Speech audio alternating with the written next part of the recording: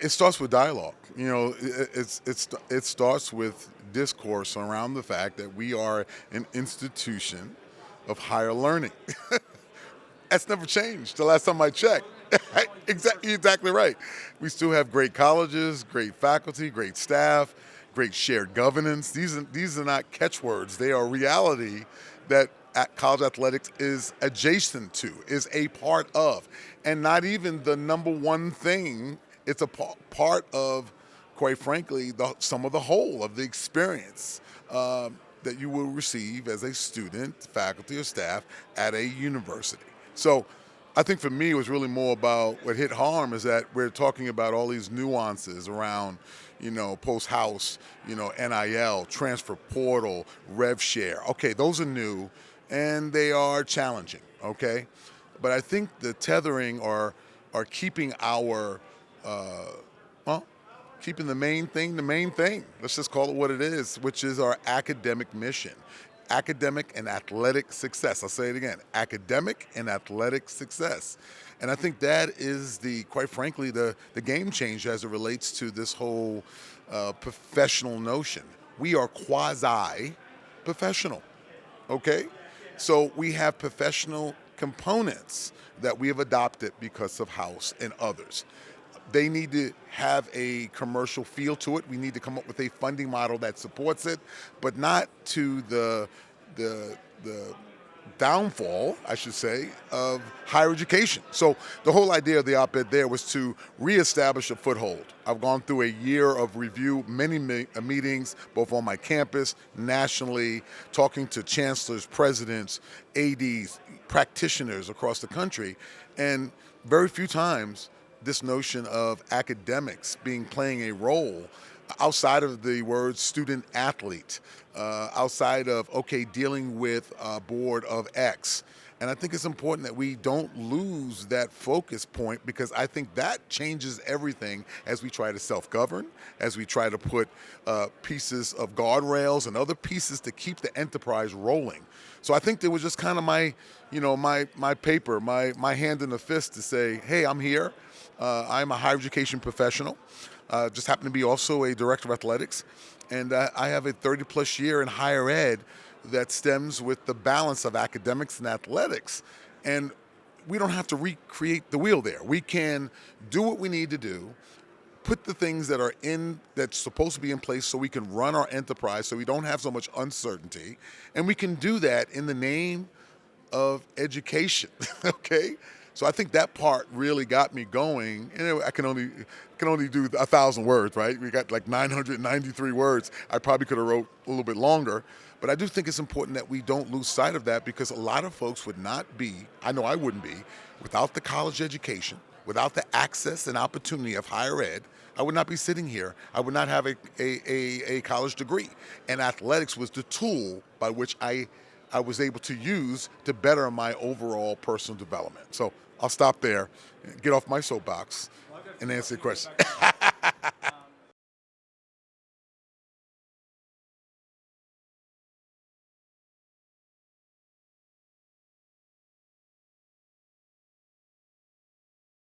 Well, I think that, you don't want to compromise standards. I always talk about, doing things, winning, being a part of the academic environment without compromising standards. The standards are graduation, a quality of experience and understanding, making sure that we are developing our young people and staff, quite frankly, for the pathway to citizenship. That's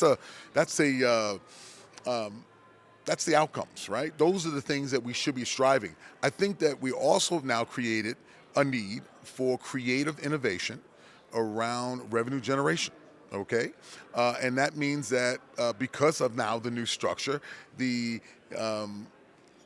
constantly evolving college landscape, you see all these nice words I'm using, we need to make sure that we modernize. And the way we modernize is not to compromise standards on the higher ed side, but to create systems and programs that complement the academic mission. So if we're going to have rev share and NIL opportunities and other types of things that need more revenue, we should take a look at operations. Private equity and private capital might be one. There's others that would say, hey, we need to have innovation that drives revenue. And it can't be strictly philanthropic. It has to be some engine that continues to feed the dragon, okay? So, but I am a firm believer we can do that and not compromise standards on the academic side of the house, GPAs, APR. We have to modify these things, obviously modernize them, but we shouldn't have to compromise those. We shouldn't say, okay, we're just not going to deal with academic grades or GPAs or graduation because now we have to commercialize. That makes no sense to me because the enterprise has always been here and we've always educated, we've always made things better through a firm root understanding of education solves a lot of wills, but it also helps the ability for us to get to better know the best of one another. So I am that utopia administrator who spent a lot of times on the student affairs side and academic affairs side, and now on the auxiliary, intercollegiate athletic side. I just think that we have to be thinking outside the box and using innovation to help higher ed. Let's just say it that way. Not college athletics, higher ed. And I think that's the part that is sometimes missed as we have these discussions. Yeah, and just on a point of that, I think people also lose the focus. I do understand the numbers that we're talking about, but if you're looking at the total sum of an operational budget, especially at an institution of my size, we're still just dealing with $400 or $500 million. My piece of that is much, much smaller than that. So I think we lose sight of what the big thing is because we only see the outward-facing athletics piece, the porch of the university. So I didn't want to cut you off, but that's another component to this, that's why we should be treating higher ed versus trying to support athletics. Yeah, it's like I think when one of my colleagues said, hey, the toothpaste is out of the tube, right? Sean, that's great. The great thing about me, I'm really consistent about, some of the things that I've said over time. So I'm not going to abandon it because people have gone a different way. We might need to modify what that looks like. That was an example, not to throw, stones living in a glass house. We've actually at NIU have bifurcated our athletic department. We got football going to the Mountain West. We got all of our Olympic sports staying regional. I wanted to use this as an opportunity, not to beat on my chest or to say that NIU is the best model out there, is that if you want to work on this, things can be done, all right? As bureaucratic as any of the institution is, I would put my state in front of anybody in the country. So, but if you want to do that, we can get around the table and let's work through it. So I think that, to your point, it's really about, saying you're going to do it, sticking with it, and then bringing creative solutions and be innovative. I'm not saying everything is going to work right away, but I think that notion says that, hey, that might be another component that some institutions might say this might be a good way to deal with that financial scenario, but at the same time promote a higher sense of educational, rooted in the tenets of higher ed, right? So I think it's important that we come up with solutions that do not abandon the higher ed and the missions and vision of universities across the country. Well, our President of the United States have executive orders. We've got a number of committees. In higher ed, we meet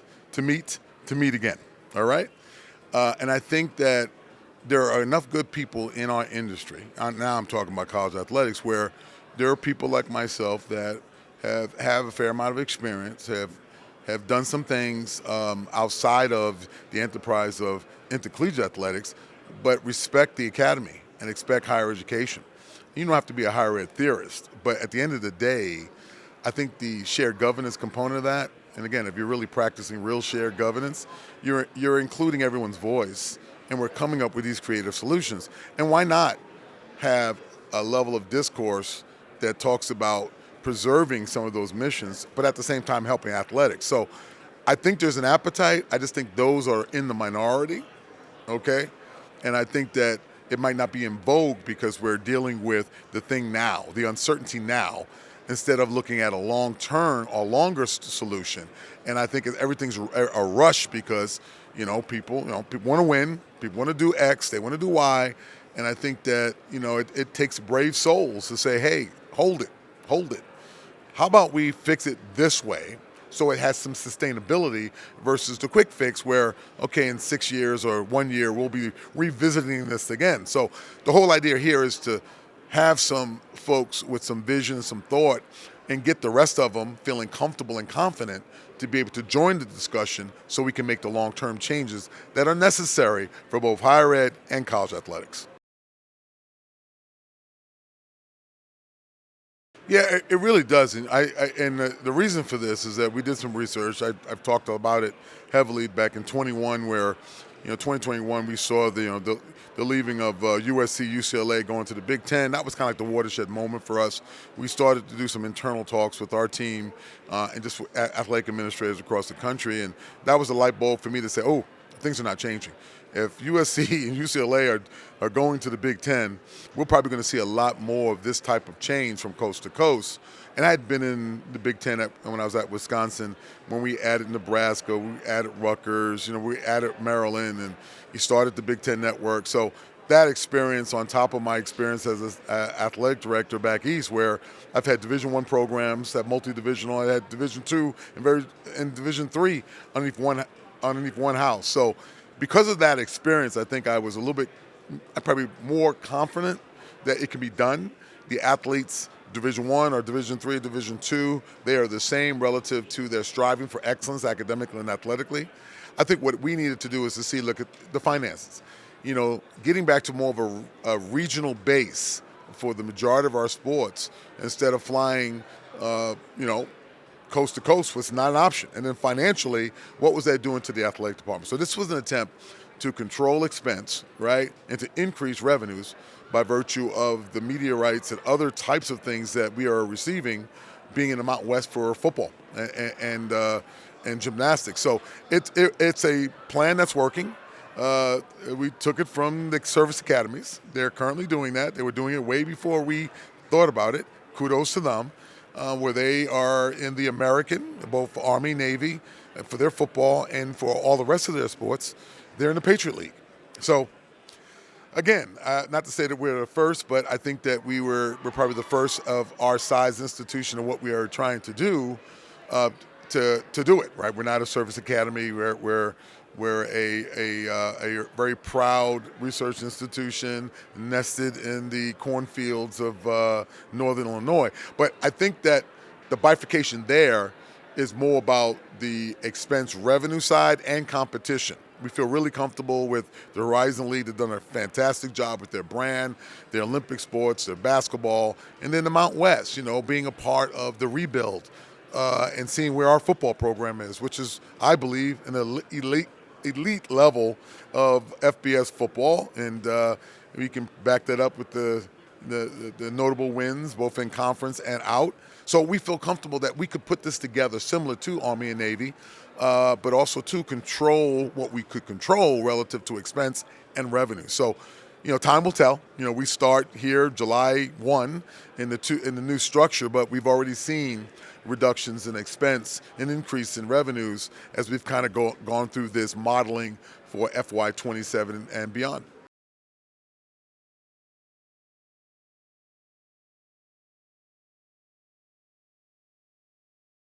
I think on the Horizon side, we have not, we're well over $1 million on just a reduction of expense because of where we're going. We're not going to the great state of Massachusetts. We're not going to New York State, right?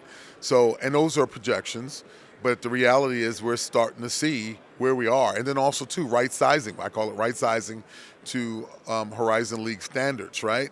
So coupled with that, so taking a look at scholarships and travel and other operational to get to that number. That million is not a travel number, but it helps when you go from not going from Chicago to Amherst, Massachusetts, and different locations that we have to go to. But here's the other part about this. If you take a look at the Horizon footprint, they're in cities. They're in footprints where we're not the outlier anymore. We're a part of that process. Our fan bases can travel via car and other to get to these competitions. It just changes the whole mentality. We were actually in the Horizon League underneath another conference name, So we kind of reclaimed that whole institutional relationship with great institutions that mirror our same desires, right? So we feel comfortable with that, and that leadership is great. It's nested and housed in Indianapolis. So these are just good things from a regional perspective, something that the NCAA has stressed for many years. This is not new. I didn't create that. But on the Mountain West, yes, we'll have to travel a little bit more, but there's finances and resources that have been added to the operation because of the way the Mountain West goes about its media deals and other types of things, and then the ability to capitalize in marketplaces now that are brand new, which our alumni base is strong, heavily involved in, out west in Arizona, Southern California area. So this was done in a very, very strategic way. This wasn't, oh, you want to come? Okay, we'll come. No, we've been studying this and researching this, and it's a good fit. And then, like I said, a couple of institutions, more than one, have actually practiced this way. And then my president, Lisa Freeman, she's a Cornell grad. She's been on the East Coast. We've seen where we had, multi-divisional type situations. So having that familiarity also helped us in our research and our breakdown of what this could look like in the future. Well, for me to sit here and say that institutions shouldn't be looking at creative, innovative ways to fund this new modern era athletic department, shame on me, right? I don't sign off on every single creative, innovative type thing, but I do think you need to do your due diligence. And I do think as a leader that's dealing with the modern era athletic department, you need to come up with creative ways that quite frankly doesn't tax the institution. So we've always done that in college athletics, right? Philanthropy is a big deal, right? Every aspect of the operation, from merchandising to media rights to everything you can imagine to be able to fund an athletic department, is on the table. The thing is, we're starting to be over leveraged, right? How many times you could go back to the well with media rights and use that as the sole way that you're going to fund your athletic department? Well, that's not happening. We're hearing stories about rosters being in the 40, 50, 60 million now just for football. Well, how are we paying for that? How is that being done? How is that being broached? So I think it's really important to be able to pick a system that works for your university, do heavy due diligence and assessment and review, and then make sure that you're true to yourself. You look yourself in the mirror to say, this can work because it's working this way for my situation. For NIU, that could be some type of private capital, private equity scenario, or it might be something different, or it might be a modified system. But I think it's important for us to go through our due diligence to take a look at all of these different things so we can maximize our potential. Not necessarily to monetize everything, but I think it's important to maximize. We've created now inventory that we didn't have. Now it's almost like we've had two athletic departments because of this, or I should say two inventories, because now we have this great regional connectivity for our Midwest ways that we don't want to lose our identity. That's a big thing. And now we're able to go out west and be able to capitalize on new inventories, new areas for both recruitment and retention, and also, too, for branding. One thing that is this is breaking news, but the NIU brand will be able to be seen by all 5 U.S. time zones. So you think about that. If you're a corporate entity and you want your brand out there, well, there's only going to be one school in the country that's going to have a conference relationship where the NIU brand will be from all 5 U.S. time zones. So that's a heck of a sell when you're talking about monetizing, when you're talking about projecting the brand that is Northern Illinois University. So we should be able to do some creative things around commercialization as well as to monetize that. So I think we put ourselves in a situation where it's on our dime now to go out and find the best way to capitalize on those things, and we're in a good position to do so. But again, you have to be true to yourself and what would work for you.